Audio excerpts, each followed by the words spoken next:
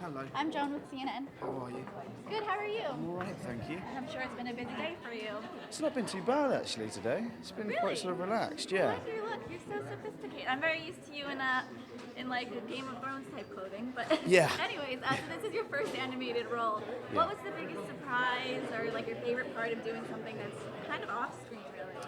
I found it. Do you know what the biggest surprise was? I started in theatre. I trained in theatre, and it's been about 4 years or so since I was on stage. And I thought the whole process of doing a voice for an animated character was quite sort of theatrical. It was quite liberating. You could go as big as you like. You're encouraged to go quite big with your voice.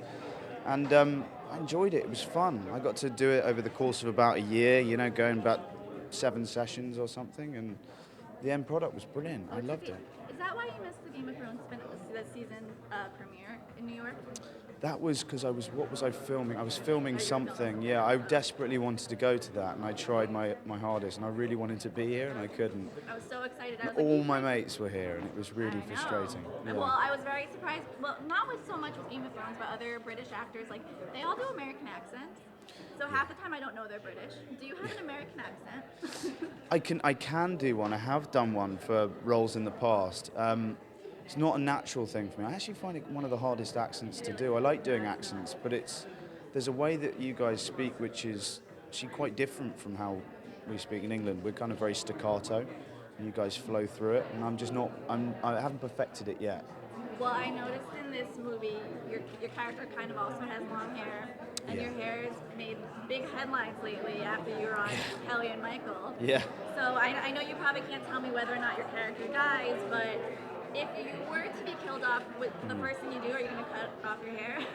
Don't know. It's like I've lived with this head of hair for 4 or 5 years now, and it's kind of become a bit who I am, I guess. So yeah, I will. I mean, I got into acting to look at various different ways and to be lots of different people, and I've ended up being long-haired, beardy guy, which I never expected to be. Actually, I was never that growing up. I had short hair, so yeah, I don't know. I probably will.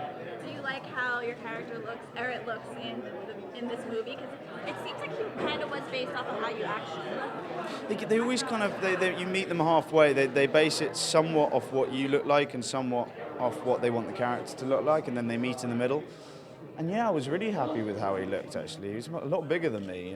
He's kind of like this muscular warrior type, and he's a good few feet taller than everyone else, which is not the case with me. I'm afraid. Yeah, no, I loved it. I loved the way the character looked, and loved what they did with him. And he's a bit of a thug, which I quite like. I must admit I haven't seen this movie, so I'm hoping that if you don't die in this film, will you take part in movie number 3? I really hope to. Yeah, I was speaking to Jeffrey Katzenberg about it, and I was speaking to other people about it. And the idea is if they do a third film, which they hope that they will, that hopefully I'll be in it. Yeah, but nothing's set in stone. My last question, I'm being wrapped, is I know you can't say much, but everyone's looking forward to Game of Thrones, the season finale. Yeah. Anything you can tell us? I know it's longer than usual. And the thing is, normally the 9th episode is the crazy episode, but the 10th, and usually then their season finale is more of like the quieter episode that wraps things up. But everyone's saying this is going to be the best one yet. Anything you can tell us? I think this could be one of the best episodes of Thrones we've done. You're right. Usually the big impact episode is 9, and then we wrap everything up in 10. But this show doesn't like doing what people think is going to happen. We like changing things up, and there's a lot that happens in this episode. It's gonna throw a lot of people. It's gonna be very exciting. I hope we see you back on next season. Thank you so much. It was nice to meet you.